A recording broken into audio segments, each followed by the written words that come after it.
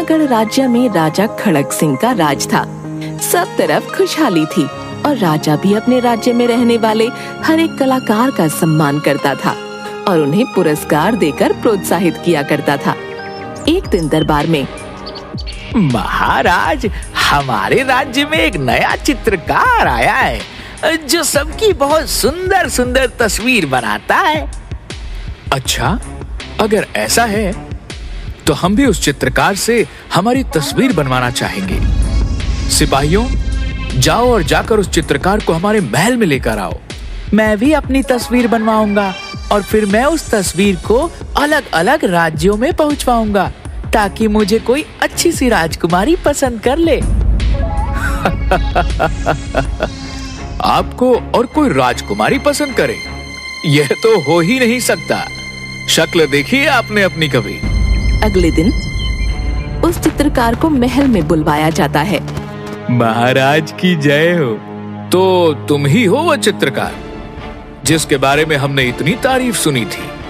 हाँ महाराज, मैं हूँ चित्रकार छबीला।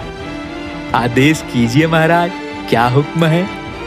हमने तुम्हें यहाँ हमारी तस्वीर बनाने के लिए बुलवाया है। ठीक है महाराज, मैं चित्र तो बना दूंगा, पर मैं आपको पहले ही आगाह करना चाहता हूँ। क्या क्या आगाह करना चाहते हो? पर क्यों, किस बात के लिए? महाराज, मैं जिसका भी चित्र बनाता हूँ उसके साथ 4 दिन के अंदर अंदर कोई ना कोई दुर्घटना हो जाती है। क्या बात कर रहे हो? यह सब अंधविश्वास है और मैं इन अंधविश्वासों में नहीं मानता। तो ठीक है महाराज, मैं आपका चित्र बनाने के लिए तैयार। फिर चित्रकार राजा का चित्र बनाने लगता है। छबीला जी, आप मेरी भी एक तस्वीर बनाना ताकि मुझे भी कोई सुंदर सी राजकुमारी पसंद कर ले। वह चित्रकार मेरी तस्वीर बनाएगा, उसके बाद किसी और की, समझे?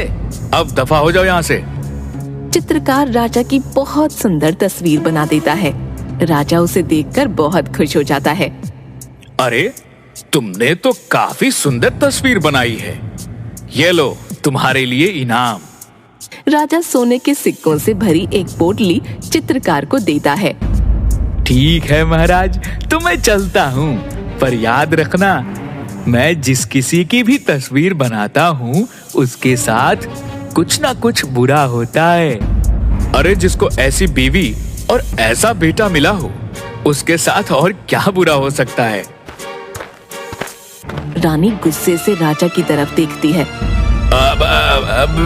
मेरा मतलब है कि जिसको ऐसी बीवी और ऐसा बेटा मिला हो उसके साथ कुछ गलत हो ही नहीं सकता ना। अरे, ऐसे कैसे हम आपको जाने दे सकते हैं? अभी तो आपको हमारी भी तस्वीर बनानी है, आप भूल गए? चलिए चलिए हमारे साथ और हमारी भी तस्वीर बनाएं। जो हुकुम युवराज। फिर चित्रकार प्रताप की तस्वीर बनाने के लिए उसके साथ जाने लगता है। तभी महाराज के ऊपर झूमर गिरते गिरते बच जाता है। सब लोग बहुत हैरान हो जाते हैं। देखिए, मैंने कहा था ना, मैं जिस किसी की भी तस्वीर बनाता हूँ उसके साथ बुरा होने लगता है। अरे, ये तो एक इत्तेफाक है, कुछ बुरा बुरा नहीं होता। फिर थोड़ी देर बाद राजा का पैर फिसल जाता है और राजा गिर जाता है। अय्यो! अरे महाराज, आपको मैंने कितनी बार कहा है कि थोड़ा वजन कम कर लीजिए। देखिए, आपके गिरने से महल का फर्श टूट गया। अरे रानी साहिबा, हम गिर गए हैं, आपको हमसे ज्यादा महल की फर्श की पड़ी है। अब हाथ दीजिए और उठाइए हमें।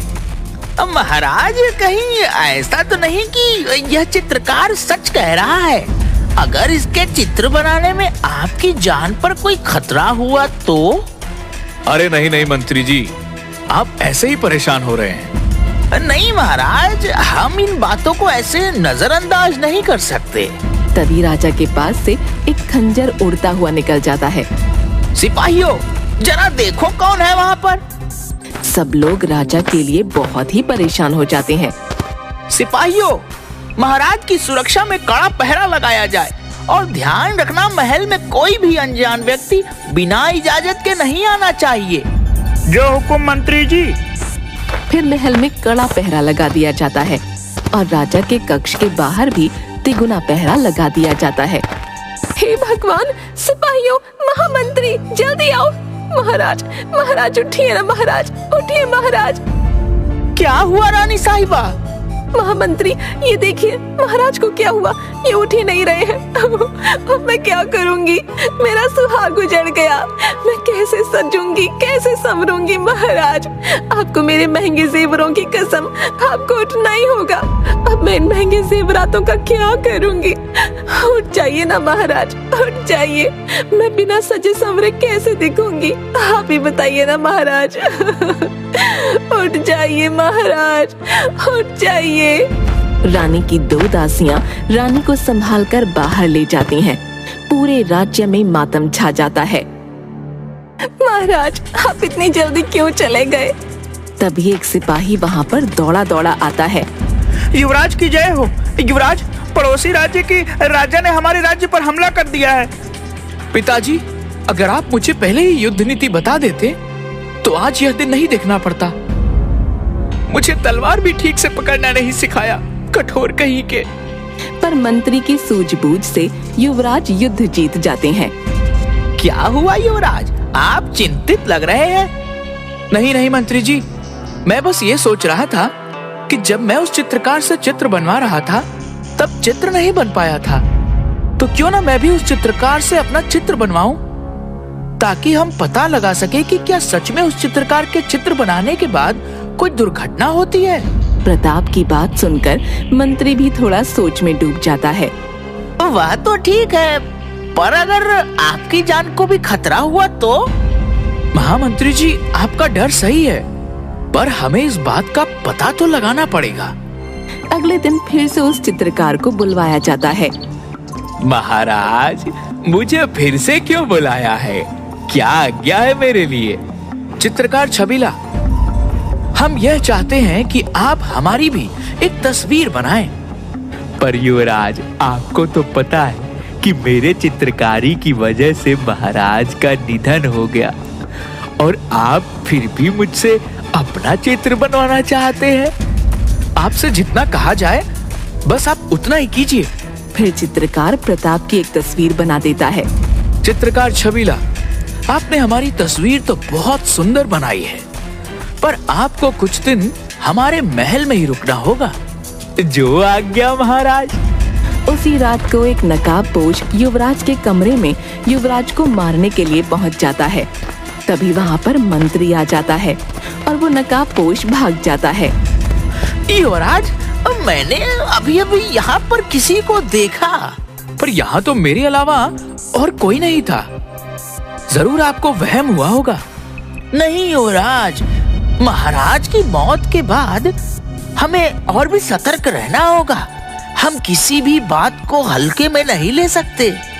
ठीक है महामंत्री जी, पर आप अभी अपने कक्ष में जाकर आराम कीजिए। रानी भी अच्छे चित्र बनवाने के लालच में उस चित्रकार के पास पहुंच जाती है। चित्रकार छबीला, हम तुम्हें आदेश देते हैं कि तुम हमारी एक ऐसी तस्वीर बनाओ जिसमें हम बिना सजे संवरे भी बहुत सुंदर दिखें। आसपास के राज्यों की सभी रानियां उस चित्र को देखकर हमसे जलें। चित्रकार रानी की भी तस्वीर बना देता है और अपने कमरे में सोने के लिए चला जाता है। सिपाहियों, महामंत्री जी को जल्दी से बुलाया जाए।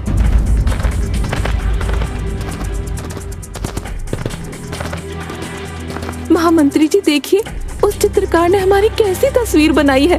हमने उसे कहा था कि तुम मेरी बहुत सुंदर तस्वीर बनाना, जिसे देखकर आसपास की सारी रानियां हमसे जलने लगें, पर उसने तो हमें ही जला दिया। मंत्री उस तस्वीर को देखकर हैरान हो जाता है। इस तस्वीर के मुताबिक आपका चेहरा जला हुआ है, मतलब आपके साथ भी ऐसी ही कुछ घटना होने वाली है। आप जरा सावधान रहना।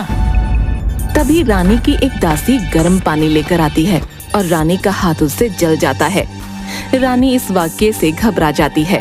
मुझे बचाइए, मैं अपने सुंदर चेहरे को इतना बुरा नहीं देख सकती। मुझे बचाएं महामंत्री, मुझे बचाइए। अगली सुबह प्रताप तलवारबाजी का अभ्यास कर रहा था। तभी तलवार लगने से उसका हाथ कट जाता है। दूसरी तरफ जब रानी रसोई का मुआयना करने गई तो उसकी आंखों में मिर्ची चली जाती है। दोनों मंत्री के पास जाते हैं और मंत्री को सारी बात बताते हैं। मंत्री सारी बातें सुनकर बहुत हैरान हो जाता है। मतलब उस चित्रकार के चित्र बनाने के बाद सच में कोई ना कोई दुर्घटना होती है, पर ऐसा कैसे हो सकता है? महारानी जी और युवराज, आप दोनों अपना ध्यान रखिए और थोड़ी ज्यादा सतर्कता बरतिए। ठीक है मंत्री जी। आज 4 दिन हो गए हैं मेरी तस्वीर बने। मतलब आज मेरे साथ कुछ ना कुछ घटना होने वाली है। मुझे सावधान रहना होगा। रात को एक नकाबपोश फिर से युवराज पर हमला करने आता है। वो युवराज के सीने में छुरा घोंप देता है। तब पीछे से युवराज उसे पकड़ लेता है। सिपाहियों, सिपाहियों, जल्दी इस नकाबपोश को पकड़ो। सभी वहाँ पर पहुँच जाते हैं। क्या हुआ युवराज?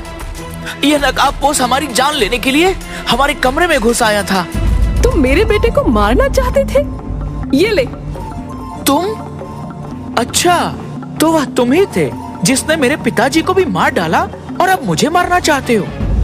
ये ले, तूने मेरी इतनी बदसूरत तस्वीर बनाई और अब तू मेरे बेटे को भी मारना चाहता था। मुझे माफ कर दीजिए रानी साहिबा। युवराज, मुझे छोड़ दीजिए। इन सब में मेरी कोई गलती नहीं है। तुम्हारी गलती नहीं है। तुमने मेरी इतनी बदसूरत तस्वीर बनाई और कहता है कि मेरी गलती नहीं है। पता तुझे यहाँ किसने भेजा था? मुझे माफ कर दीजिए, इसमें मेरी कोई गलती नहीं है। मुझे ये सब करने के लिए आपके ही महामंत्री ने कहा था और ये सारा षड्यंत्र भी उन्हीं का था। क्या? महामंत्री जी का? तभी मंत्री उसकी तलवार निकालकर प्रताप को मारने के लिए आगे बढ़ता है, पर एक सिपाही मंत्री का हाथ पकड़ लेता है। तुम्हें क्या लगता है तुम हमारे राज्य को हड़प लोगे और हम कुछ नहीं कर पाएंगे? और फिर वो सिपाही अपनी दाढ़ी मूंछ निकालकर राजा के भेष में आ जाता है। सिपाहियों, पकड़ लो इन्हें। सब लोग हैरान हो जाते हैं। महाराज, आप जिंदा हैं? हाँ, मैं जिंदा हूँ। मुझे इस चित्रकार पर तो पहले से ही शक था, पर महामंत्री, मैंने तुमसे ये उम्मीद नहीं की थी। बोलो, क्यों किया तुमने ये सब? मुझे तो पहले से ही बदला लेना था। मैंने बहुत बार तुम्हें मारने की कोशिश की थी, पर मेरी सारी कोशिशें नाकामयाब रहीं। पर तुम मुझे क्यों मारना चाहते थे? यह तुम पूछ रहे हो कि मैं तुम्हें क्यों मारना चाहता था? बचपन से ही तुम्हारे और मेरे बीच में जो भी प्रतियोगिता रही, वो हमेशा तुम जीत जाते थे। और तो और, जब हम दोनों स्वयंवर के लिए गए, तब मुझे पहली नजर में रानी से प्रेम हो गया। तब भी स्वयंवर जीतकर रानी भी तुमने हासिल कर ली। उस दिन से ही मैंने यह फैसला ले लिया था कि मैं तुम्हें मारकर तुम्हारा राज्य छीन लूंगा, पर तुम हर बार बच जाते।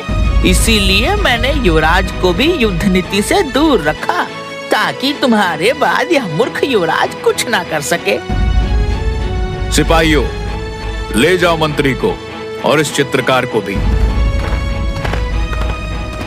महाराज जी, आपने कितना बढ़िया षड्यंत्र रचा। आप जिंदा हैं। मैं अपने सारे गहने पहन सकती हूँ।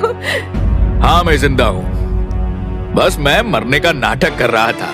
मुझे इस चित्रकार पर शुरू से ही शक था, पर मेरा शक यकीन में तब बदला जब मैंने इस चित्रकार को किसी से बात करते हुए सुना कि उसने मेरे दूध में जहर मिला दिया है, और फिर मैंने वह दूध फेंक दिया और मरने का नाटक किया, ताकि मैं इनकी हरकतों पर नजर रख सकूं और इनके षड्यंत्रों का पर्दाफाश कर सकूं। वो सब तो ठीक है, पर उस चित्रकार से मेरी एक सुंदर सी तस्वीर जरूर बनवा दीजिएगा। ये सुनकर सब लोग जोर जोर से हंसने लगते हैं।